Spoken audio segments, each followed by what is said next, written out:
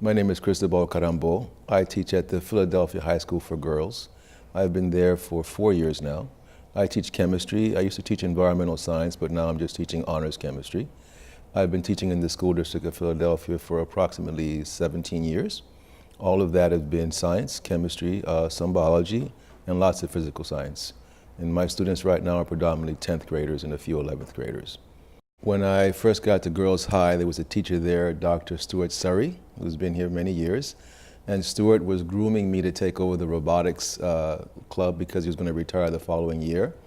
And there was a tip seminar on robotics, so Stuart said, let's go do this tip seminar. I didn't know really what it was. I had worked at UPenn before. I had taken a master's course there, so I had my degree from there, so I knew the university. And he involved me in this robotics course, which I thought was really sort of cool. I really like going to class. I've always liked continuing to learn. And there aren't very many opportunities to learn in Philadelphia for teachers because of all the things we have to do during the day. We have PDs, but PDs often don't really challenge you the way the TIP courses challenged me. So I really liked the TIP seminar. Learned a lot about robotics, build robots and program them. Then Stuart left the school and I became the teacher rep for my school. So since that first year, I've been the teacher representative, and I like the TIP model a lot. I met lots of great people there. Sydney was my city rep, and I really enjoyed his presence. So I continued doing TIP in Philadelphia. And then the following year, Sydney said to me, what about YNI? I didn't know what it was. And we talked a little bit about this program as an extension in a more sort of robust and more concentrated sense of the TIP seminars, as opposed to every week. It was concentrated into a 2-week period, and I really liked that challenge. So I applied. He helped me do that, the application. So my first TIP seminar was in 2015, and that was with Mark Saltzman in his biology class. I loved it. It was challenging, it was really difficult, a little disorienting because you're used to, I'm a father, I've got children and house responsibilities, so going back to a college dorm situation was really disorienting, but I really liked the concentrated effort that I had to put into the unit. I did the unit. I didn't do all of it in my class, but I did bits and pieces of it in my class, and my kids really responded to the newness of the way I was teaching biology, even though I was a chemistry teacher. So then the subsequent year, second opportunity to come to Yale. I came back for a subsequent unit, and ever since then I've been doing either TIP in Philadelphia or TIP here at YNI. Last summer I took a year off to give someone else an opportunity to come here to take a class, but now I'm planning to come back the following year. So my kids and my classes at school, I told them I was doing this, and they say, why do you still keep coming to school? And I think of the moments in class when teachers ask questions here at YNI, and you go, I'm not going to say anything. I don't know the answer. And that feeling, that disquiet that you feel, my students feel all the time. And I really like that sense of being uncomfortable with what I think I know, and then being challenged to go a little bit beyond that. And science is changing every second. So as a science teacher, I can't sit in my classroom and say what I knew last year is still pertinent this year.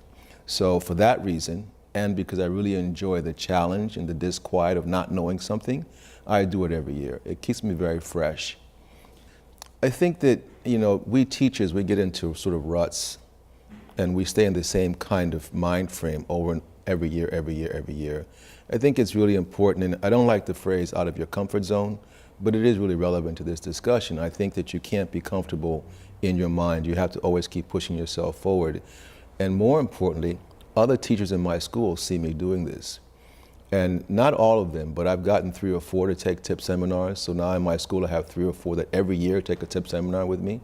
And it's important for teachers to show other teachers that, yeah, we're tired, we're busy, but it is your responsibility to keep moving forward. And you can do it because, hey, look, I'm doing the same thing. So that's the other side of the conversation. When I first came into TIP in Philadelphia, they were offering science courses, and the science courses were great, but I thought the science courses could do more than that. So we began a conversation. And now this year there's a science course that is the kind of science course that I think is really good for science teachers, so I can shape what happens to my fellow teachers. I think the Institute model is so great because I was just asking Dr. Vivian, how come the director of the Institute is not at this meeting? Because it's teacher run. And in Philadelphia, our institute is teacher run. And when I talk to teachers in school, I say, this is teacher run. We decide the courses, we decide who comes in, this is teacher run. So I think, we complain a lot about circumstances under which we work. Well, here's an opportunity to shape that context. So when I was offered the opportunity to do this nationally, I think that this program is just a natural progression of the local. And so if we're shaping the local, we can do the same thing for the national. And I bring a unique perspective. I'm Cuban American, I'm older, I've had lots of experiences, and I think it's important for all of us to bring what we can to the table, as so to speak. So even today, when we're talking about this conference here, I remember someone saying that we're treated as scholars. And it is very enervating for a teacher to come into a room with the likes of a Dr. Paul Turner or Paul Fry or Roger Howe and feel not they're equal, but not feel that they're less than them, that I have as much contribution to the American educational system as they do. And here they honor that. Here they make you feel like that. And I think that as a teacher, you get tied down in the grading papers and the discipline and all that sort of minutiae of the class. And you forget that you're a scholar. I mean, you have an incredible intellect and you do things with your intellect that most people can't do. And I think that any circumstance that helps you approbate that scholarship, increase it, challenge it, add to it, I think it's your responsibility to do that as a teacher. So that's why I think I really like this. I mean, and sitting today thinking I could do either the course on race and law and DNA and equity, or I can do a course on evolutionary biology and gene pools and stuff. I have those at my hands right now. That's a really nice feeling to have as a teacher.